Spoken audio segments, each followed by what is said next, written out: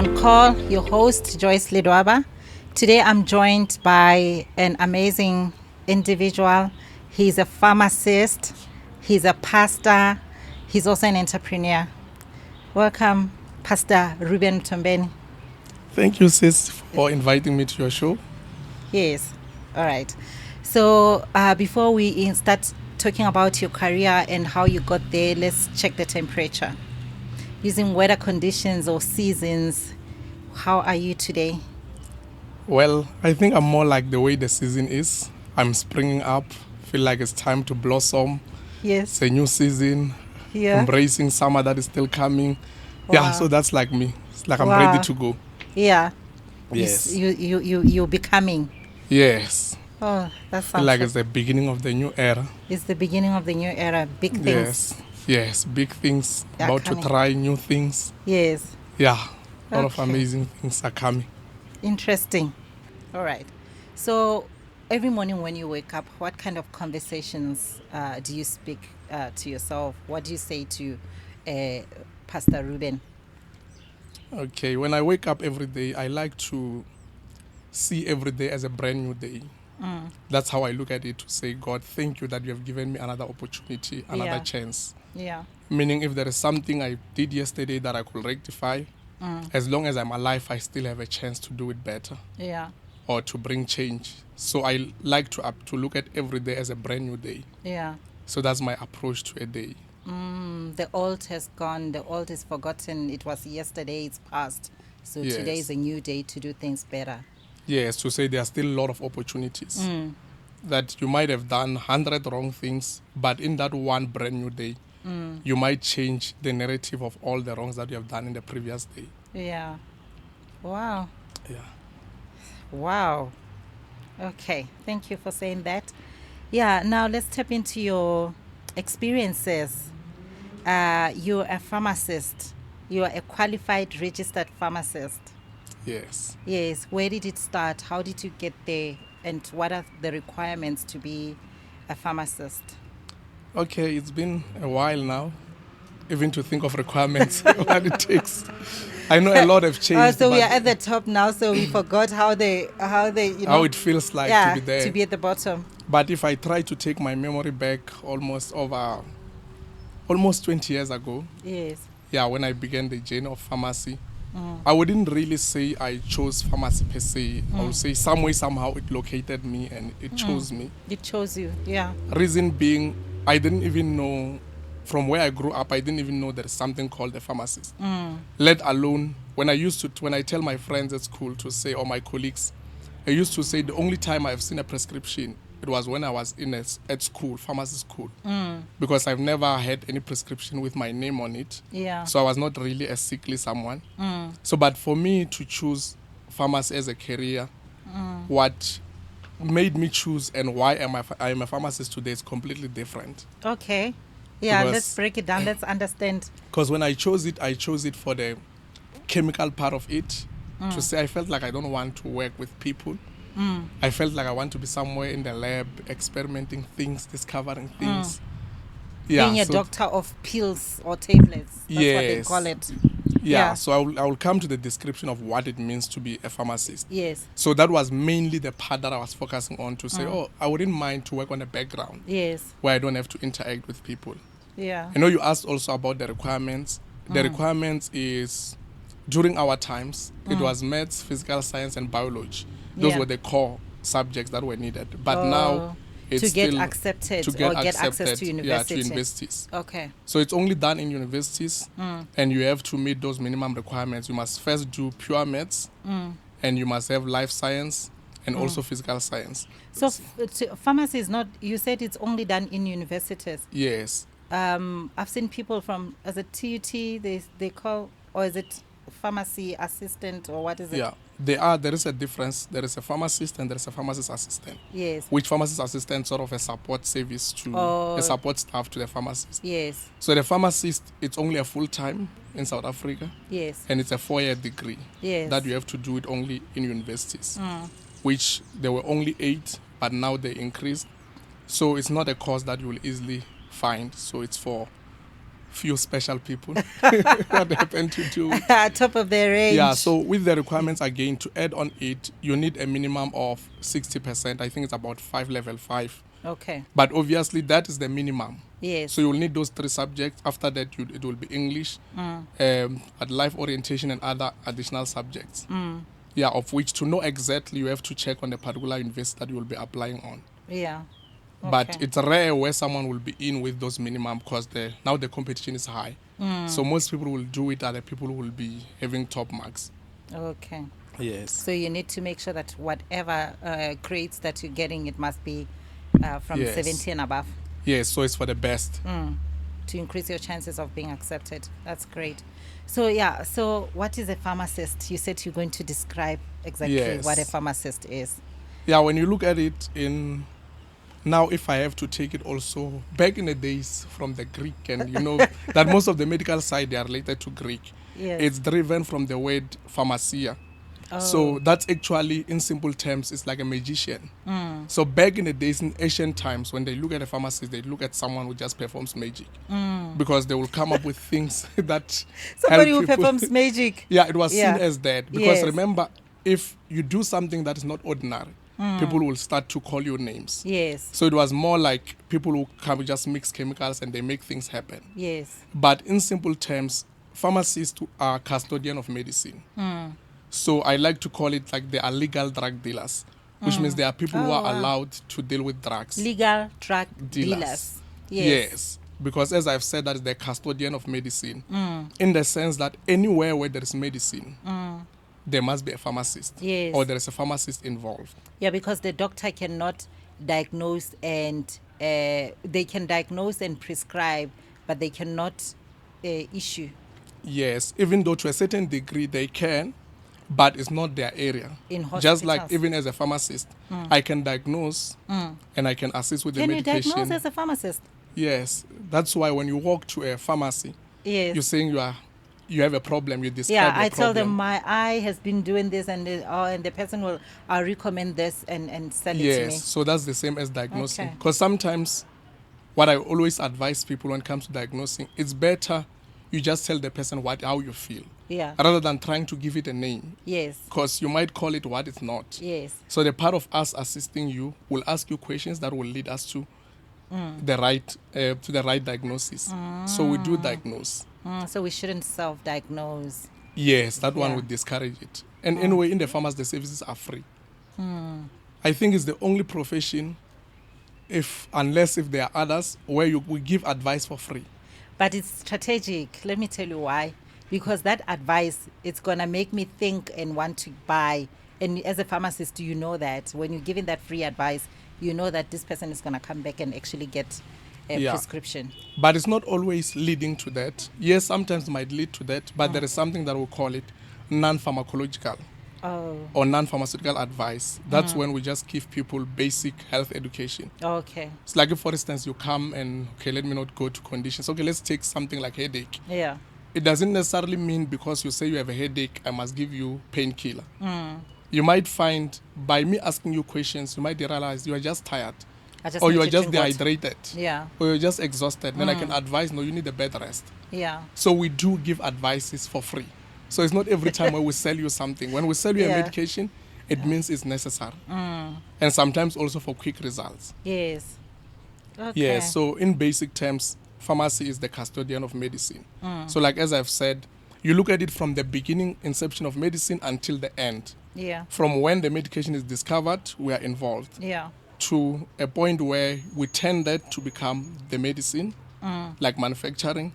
And then like there is discovery, there is the research and development, there is the manufacturing part of it, and there is also the distribution, wholesale, getting it to the pharmacist, and there is the issuing it out or dispensing to the patient. And even when the patient is using the medication, we are still involved.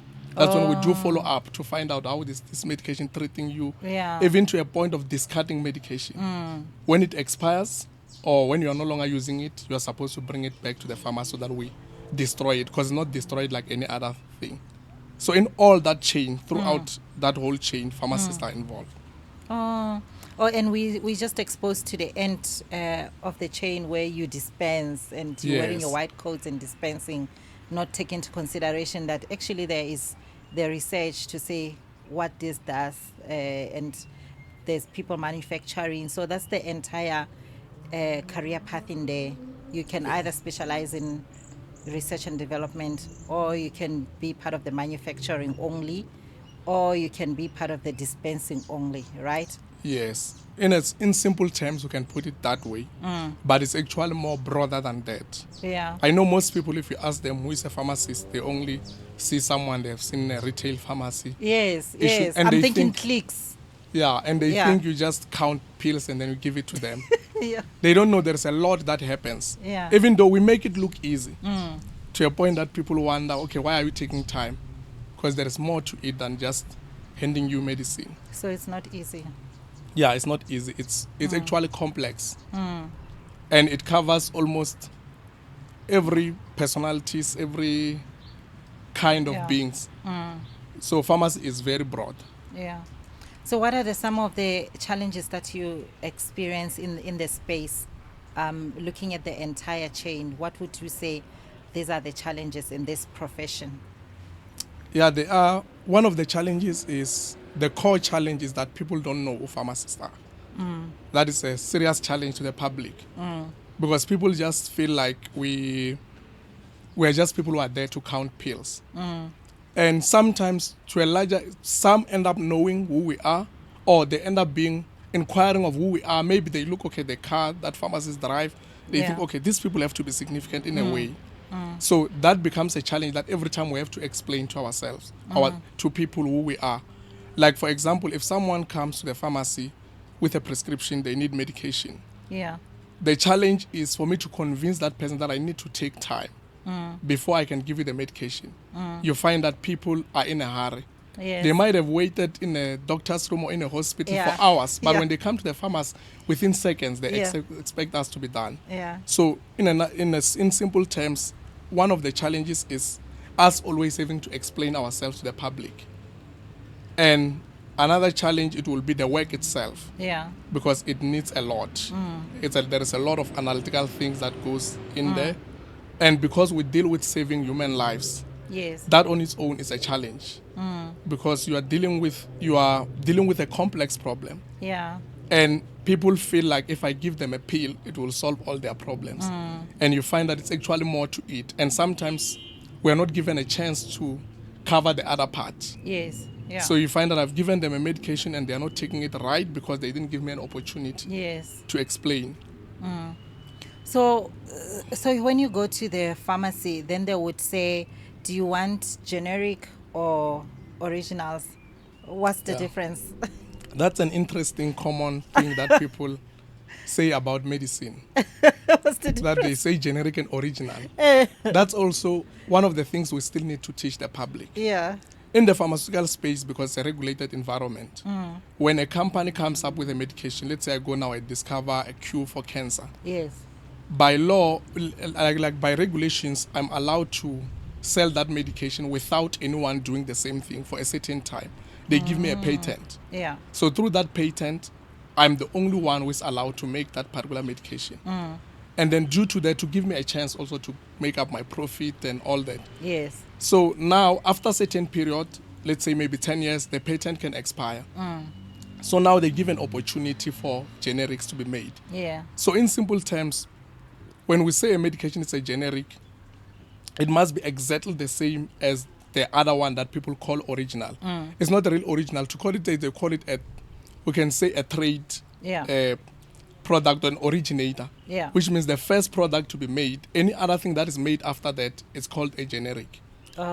So for it to become a generic, it must meet certain requirements. It must have the same active ingredients, which means it's exactly the same in a way. So for it to qualify to be a generic, So there's no difference. It's still doing the same thing. it's the same thing. Yeah. So what makes it cheaper, and most of the time generics happen to be cheaper, not Yes. always, but most of the yeah. time. So that is also to be fair to the market, also to the patients, because remember, in the pharmaceutical space, it's not necessarily a profit-driven Yeah. environment, even though sometimes to the public it looks like. Yeah. It's not. That's why the regulations come in to say, no, you have made your profit. Now let's make sure we help the public. So that's why generics come in and they become cheaper and more affordable to the public. Yes. Oh, that's why you're saying because of that it's high regulated environment, they determine how the prices should look like. Yes. Okay, all right. So, which option would be better? Is it better to be a pharmacist in hospitals doing pharmacy in hospitals, or to have your own pharmacy? What do you call? Is it a pharmacy shop Yeah. or a Yes. pharmacy? Yeah. That I will say it depends on you. Yeah. Personally, I happen to explore almost all, let me say most of the areas. Yes. So I can speak to any of those. There's not really a matter of which one is the best. It goes more with you. What Yeah. resonates more with you? What do you prefer? What's your personality? So that's why earlier was saying that pharmacy chose me in a way, and maybe something that I didn't say. One thing about pharmacy is anyone can, if you don't know what to study and you qualify, I will say go and do pharmacy. Because some way, somehow, you will Yeah. fit in. Yeah. Yeah, so there's nothing like this is the best because we do different things. Yeah. Like I can take, for example, if you are in a research and development, you will be working more on research in the lab, can only also go as far as doing clinical trials Yes. where you are testing the medication. Yes. So it will be more on a background work. And then when you work in a hospital, that's when in most hospitals, especially public hospitals, you will deal more with patients that are in the hospital. You won't be dealing with people who just come and ask for advice and all that. Mainly with people in the hospital. Yeah. But when you work in a retail space, that's more of the business side of it. You will be dealing more with people who are just coming from different places. You deal with prescriptions. Yeah. You deal with people who just come and explain their conditions. So if it's someone who is more into business, I will say retail is the way to go. Is the way to go. Yeah. But now because things are evolving, you can do business even in other sectors. What do you mean? And you can, let's say, for instance, manufacturing. I know we didn't mention the manufacturing part. Yeah. In manufacturing, you can come up with your own products. Yeah. You can go also in research and development. We have a lot of disease that we haven't found a cure for it. Like do research for certain cancers of Yes. the animals, and then once you found that, which is a longer process, Yes. and then you manufacture. And then you can come up with a product. Yeah. So the best thing to choose which one to go with, you just have to research more about it and understand it more.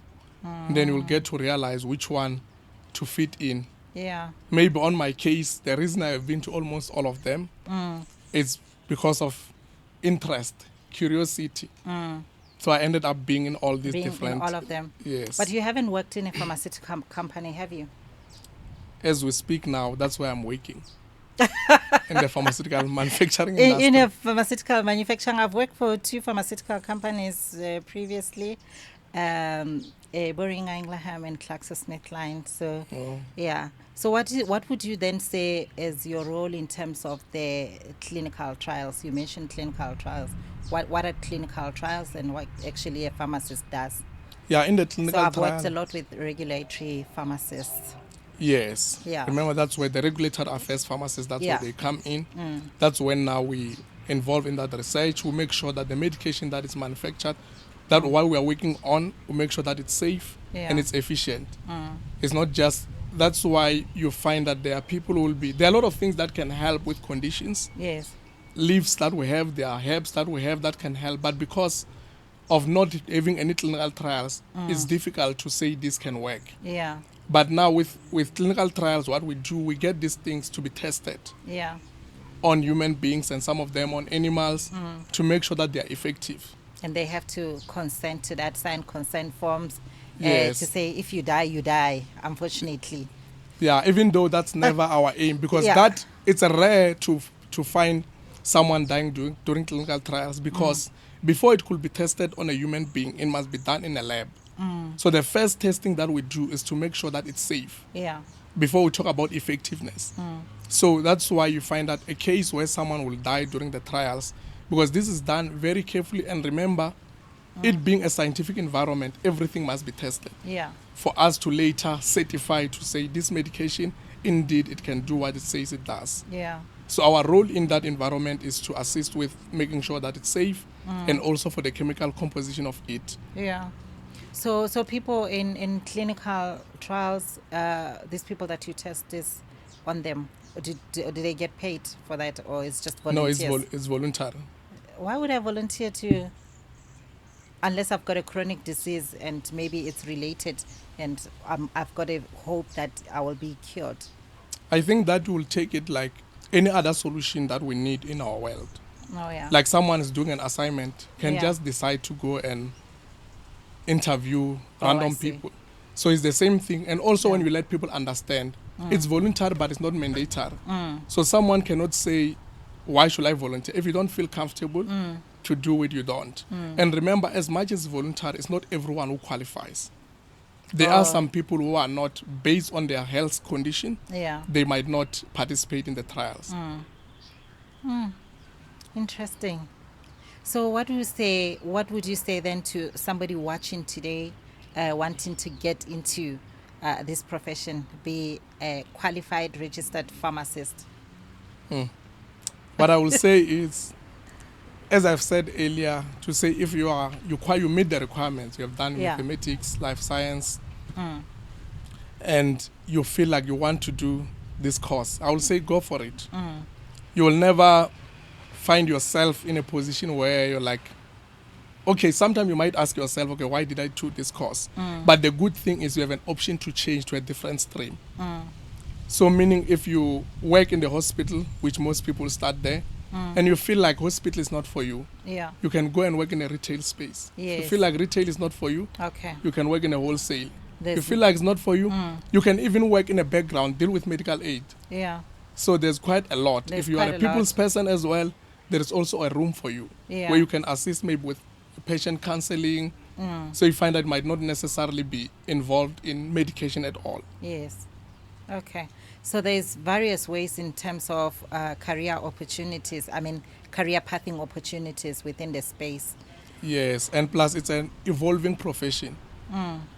That's why I said there's a lot. If you go to each sector, there's a lot in it. You find that if, let's say, for instance, we take a hospital, we have a clinical pharmacist, Yeah. someone who mainly works in the hospital ward. Yeah. And there is also those who do pharmacovigilance, those who deal with cases of, let's say, there was a case of overdosing or just a reaction. The person took medication, then there's a reaction. And there is a There are reaction, people who assist in those things. Yeah. And there are those who just merely dispense the medication to the patient. Yes. And there are those who will be involved in the logistic part of it. So you see, in only one sector alone, already there's a lot that happens. Yeah, that happens. So there's ample opportunities. Yes. Yeah. So you are an entrepreneur. You are a pharmacist, registered, qualified, no underhanded, but you also an entrepreneur. You've got a Yes. skincare range. Yes, Yes, of talk course. to us about it. How did it come about? Are you manufacturing? Are you owning the brand? Yeah, maybe talk us. Okay. Yeah. Yes, so on that one, me being curious Yes. and of course being exposed to a different environment, Yeah. I came to realize that there is a gap also in the pharmaceutical space in terms of the skincare. If you check on the skincare, most of the stuff are not really pharmaceutical. Yeah. Are things that people just Cosmetics. make, cosmetics. Yeah. So to narrow it down to what I'm doing on that space, we came up with my own brand of Yes. skincare, Yes. Which What is the name? which is Sanacare. So this is the product that you can find online. If you go and check Sanacare, Sanacare. yeah, sunscreen. Yes. So specifically, that's what the range that we started with. So it comes in a Sanacare. tube like that. I've seen this in shops. Yeah. And it's I didn't know also- it's coming from someone I know. And it's also available in a spray. Yeah. So with that, the skincare, it's something that I feel like in our region, people still need to be taught a lot about it because it's too hot. Yeah. And most of our skin conditions are related to sunburn. Yeah. And Yes. this is SPF 40. So that's SPF 40. So the minimum that is needed for that, it's SPF 30. Okay. So from SPF 30 upwards, you are safe. So, okay, so let me understand. So you're saying majority of the products, in a lot of the products, are cosmetics, and you found a gap in pharmaceutical. What's the difference between? Is this not a cosmetic? It is a cosmetic, but it is tested. So it is SABS approved. So some of them you find that they are there, they are done, but they are not tested. approved. Okay. So that one is done there's a third party that is assisting with that, with the manufacturing. Yes. So it's a certified lab. So that's one of the things that are significant with that. Yes. Okay. So where do we find these products? So for now, that one you can get it directly from me. Okay. But it's important for you to make use of the modern technology. You can go online. You can find it on Macro online store. You can just search Sanacare. Sanacare, yeah. Yes, because there's a different range. Yes. There is sunscreen. Yeah. We also have an aquas cream. Yes. We also have an avocado cream. Uh-huh. We have serums. Yes. We have your vitamin C, your Yes. retinol. Yeah, so there is a wide range of products. But if you just type Sanacare, it's one of its kind. So you won't miss it. Yeah. If you look at those colors, they are unique. So there is no way that you... Why skincare? Skincare, because everyone is concerned about their skin. And simply because, as I said, that in our region it's hot. Yes. So because of that, we need to take care of our skin. And if you look now, if there is a condition that is becoming more prevalent in our world, it's skin cancer. So that's why we need to take care of our skin. Yes. And it will be good now, even for pharmacists to start to know more about the skincare. Yes. So that we can help more people. Yes. So imagine it coming from a pharmacist, as I've said, that pharmacist is something that will get free advice. So imagine now going to a pharmacist and you get a skincare advice. Yes. Yes. Interesting. Yeah, you don't think you would get a skincare advice from a pharmacist? Yes, so we know a lot about skincare as well. Okay, so we find this online or direct or you supply. can get it directly from me. Okay, great. And we also, if you happen to be, I almost forgot. Yes. If you happen to be in Durban, it is available. There's a shop that we sell there by the Ushaka Marine. Yes. So if you go there, there's a shop called Clothesline. Clothesline. That's where they sell most of the beach-related stuff. Yeah, it's very strategic because it's Ushaka Marine. So if you go to that shop where you are buying other things for swimming, you also find Sanacare. Yeah, just ask for Sanacare, specifically Sanacare sunscreen. You will find it there. Okay, this is great. Thank you.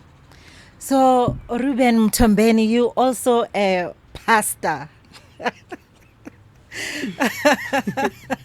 You're also a pastor. You preach the word of God. Yes. How did that come about? Yeah, I think that one... It's multi-layered. I mean, we are qualified, we registered pharmacist, we producing, we entrepreneurs, Sanacare, and you're also taking care of the spirituality of others. Yes. Yes. And on the entrepreneur, to add the last point, I'm also a SAHPRA-registered somebody. So I have a company. So in my company, Reubsolutions, we are registered with SAHPRA to distribute medical devices. So we can import and export. Because now, when you have to distribute medical devices, you have to be registered with SAHPRA. So I have a license. So for those who need medical devices, your bandage, all the surgical stuff, you are also covered. Where do they go? So that one, they can reach out to me directly. Then we can do business. Social media handles? Yeah, social media, I'm Reuben Mthombeni. So everywhere I use Reuben my Mthombeni. name. Yeah. Okay. All right. Thank you for that. And then you ask On about to the next. the spiritual side. Yes. I know even when you introduced me, you started with that. Yeah, I said Pastor Reuben Mthombeni. Of because that's how a lot of the people in our community, they would address you, isn't it? Yeah, I'm not sure if it's the same everywhere. Yeah. But yeah, that's one area that I've always been running away from. Some way, somehow, it seems to be catching up with me. Yes. I don't think in a moment where I went to people and introduced myself as such. Yes. But for some reason, people are addressing me as such. Yes. So maybe I think it's high time, maybe. It's there. Maybe I accept it. Yeah. So that being said, clearly shows it's not something that I've ever thought or dreamt of. Even now, I'm still not sure of to what extent that is. But what I can say is I'm just a son of God. Yes. Who just believe that God is my creator. Yeah. And him creating me, he created me to represent him here on earth. Yes. So because of that, I think that's why I had to make sure that I do the gospel part. Yes. With the strong belief that on that part of the gospel, what is more important is for people to understand that you are not a physical body. Yeah. As much as we do the skincare, Yes. but if you can check even on our motto on the skincare, we say quality glows. That is because we believe that every human being is created with quality. Yes. And quality is not something that you test, but it's something that someone is born with. It's something that comes from within. So because of that, that's where the spiritual aspect comes in. To say you can do anything in the world, but if you ignore your spiritual part, Yeah. it counts to nothing. So I think that's where I felt like that's why It's the I took this foundation. journey. Yeah. Because for me, that's a base. Yes. So for anything that I do, I believe it shouldn't be coming from the external forces. It should be coming from inside. Yes. So that's where, the spiritual aspect comes in. So it's because I feel like you are not a person if you are not spiritual. Yes. So actually a person is a spirit. So you are a spirit, you are a minister of the word, you're still finding yourself, but you already have a title of a pastor. Yeah, so that one for me, it's not even a title, the spiritual part. I just feel like that's me. Yeah. So even if there is no title to it, You still be. I don't even feel like it's necessary to even have a title on it. Because I just feel like every human being, it's a spiritual being, they just don't know. Yeah. So that's why we make a big deal out of it when it comes to the titles. Yeah. Yes. Okay. But you are expected, or you have it within yourself to be able to guide others in terms of what the word says and building and growing spiritually. Yes, because that one I just feel like that is the only channel that we can use in this world, where we can sell all these things and give all these material things in this world. But if the spiritual part is not taken care of, it's not going to help anyone. Yeah. That's why many people suffer from depression. We've now few years we've been talking about mental health and all those kind of things. Yes. That is because the spiritual aspect is not being taken care of. Yeah. Because the moment the spiritual part is taken care of, everything else will fall into place. That's why even personally I have this strong belief or this motto that in order for you to flourish, you have to be enlightened. Yeah. And for you to be enlightened, there must be a light that someone shows you. And once you see the light, you will see direction. Oh, wow. What a revelation. Yes. To be enlightened, see the flourish. light see the light, to be enlightened and flourish.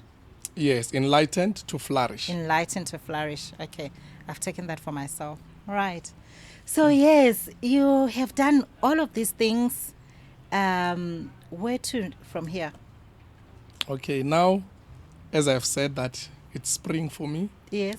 Yeah, there is still more that is still coming. That obviously I won't necessarily say it here in public. Yes. Yes. But yeah, there are still things that I'm venturing into. Yeah, to do more. I felt like I haven't done anything as up to so far. Yeah. Now that's the time where I really want to really start to live my life. We're talking legacy now. Yes. So, and of which with that, as I spoke about the light, like someone put it in this way to say, whenever you see the light shining, Yeah.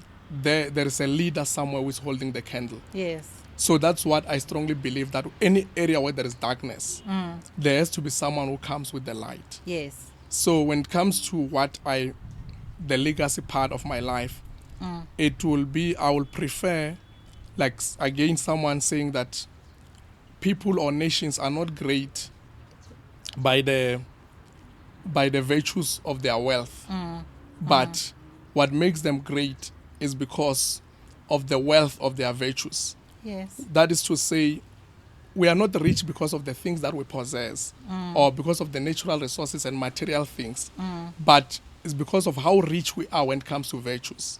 So when it comes to something that I feel like it's a seed for me to the world, is to enrich this world with virtues, Yeah. with something that is not tangible, something that you cannot buy with money. And I strongly believe that that's supposed to be what it guides each and every one of us. When it comes to my children, when it comes to my wife, when it comes to the community. Yes. If I can be known as that person who instills virtues Yes. into people, Yeah. I believe that, or someone who brings light when there is darkness, that will be enough for me. Oh, wow. Thank you. Virtue, two things. Light in the Yes. dark. Thank you. Thank you for joining the conversation. Thank you for having me. Yes, that was Reuben Mthombeni, the qualified registered pharmacist, the entrepreneur, the owner of the skincare range, Sanacare, as well as the minister of the word. Let's be intentional with our development. On to the next. Thank you. All right. Thank you.